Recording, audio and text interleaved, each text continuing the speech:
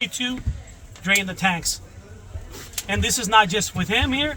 This is all through California, correct, boss? Everybody now.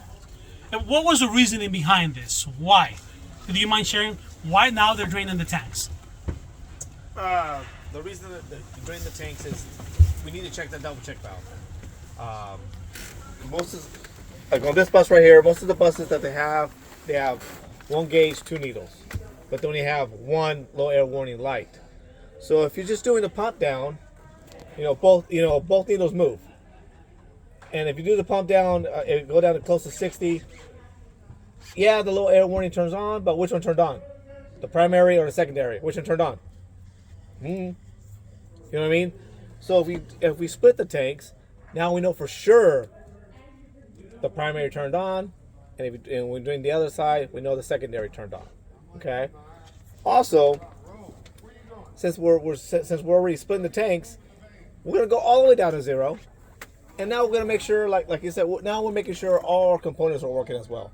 So if we do go down, down to 58 or down to 99, we hear a pop.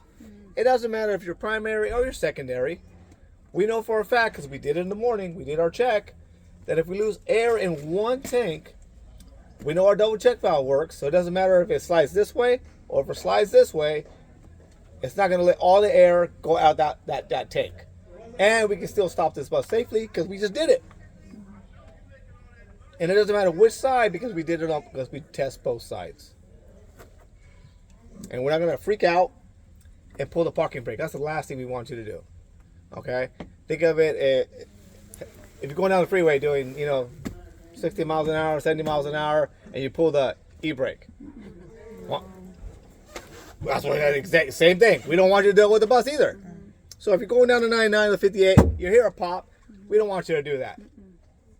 Okay? That's the last thing we want you to do. Because once you pull that spring brake just clamps, and guess what?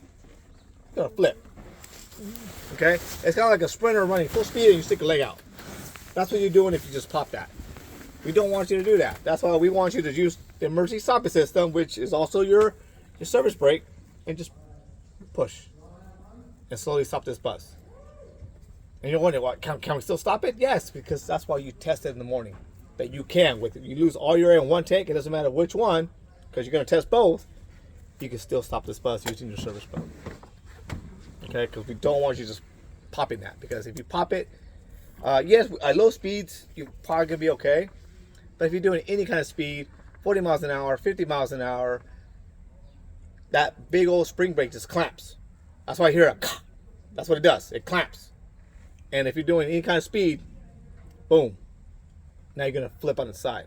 And now hopefully you know how to use the roof exit, because that's how we're getting out.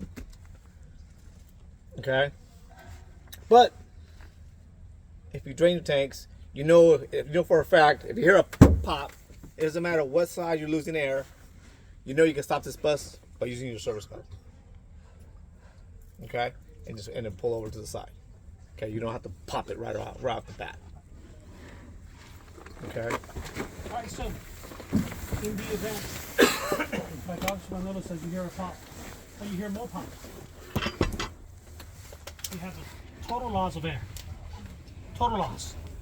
You're going down on 58. Okay? Somehow, some way, you were not able to avoid something. You hit something on the road. Now you don't have primary or secondary. Oh my God. Me. Amber, what do you do? I'm gonna pray, but I'm gonna pray that, you know what, that I trust what I did this morning, that I tested my brakes, all right, and that my brakes mechanically worked, but if I have no air, I know that bus is gonna be able, and it is equipped to stop at least once. We hear that so many times, don't we? All right. So going 50 something miles an hour, you have no more air, and the first thing that is going to tell you have no more air, what is it? Your low air warning device activated correctly, because you checked it that morning, correct? Oh, buzzard! Oh, needles! Oh, there goes now. I'm already looking for a safe spot. I'm already looking at my mirrors. I'm doing the, that rock and roll, whatever you want to call it, shaking and looking everywhere. Does that make sense? Because I want to look for that safe spot so I can pull over. And how am I going to pull over, Luis, if I have no more brakes? Guess what? Lack of air in the spring chambers will eventually stop this bus. And I don't do it with this bus. I've done it at 60 miles an hour where I drain all the air and I just allow it to do what it has to do. I did that with Linares. And it was scary but fun. I wanted to not just preach it. Don't recommend it, please. I don't want you to just preach it. I actually wanted to feel it. Remember that? You gotta throw the accent at it. All right. So I'm telling you that these buses are built. If you do your inspections every day, if you're intentional every day, if you don't get huevon or lazy, and I'm gonna say it straight out, okay, that you're checking everything correctly. And at the end of the day, total loss of air. This bus will stop no matter what. And you're gonna do the defensive things that you need to do to protect your babies, which is your responsibility. So, do you have any questions about scenarios? We're both here. I'm glad he's here. About air brakes.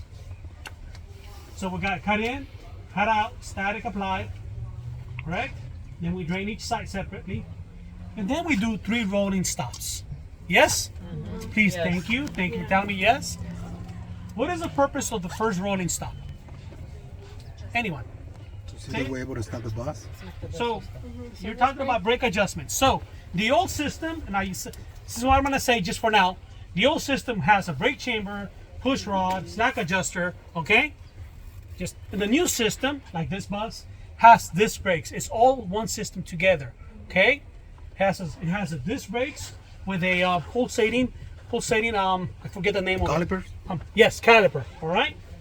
The old system, you do a rolling stop, you check for that pull. If it gets really bad, it doesn't matter what side. If you start noticing it, put it down on your DVIR, let that qualified person know. Because something's out of whack, something's coming out of adjustment. To test your rear brakes, you will pull on the park brake knob, okay? You're using spring brake power, and you were taking note of the distance that it takes that bus to stop. Okay? You want the same distance every day, but from week to week, if it starts increasing to 10, 12, 15, 20 feet, something's out of whack on the rear. It's taking longer than normal. That's the old system. The new system, disc brakes, okay? There's a disc in there. Due to a lot of wear, a lot of use, okay? Over time, discs get warped because of heat and use and abuse. So how would you find out if something's out of whack, out of adjustment, something's going on there? You're gonna start feeling shaking. And I'm talking about, oh my God, even when you're driving, when I'm stopping at whatever intersection. That's your cue right there, all right? On disc brakes. How do you check the rear? In the morning, it's pulling, it's jerking. Something's out of whack, and over time it's going to get worse and worse. And the reason why I'm giving you guys this information is that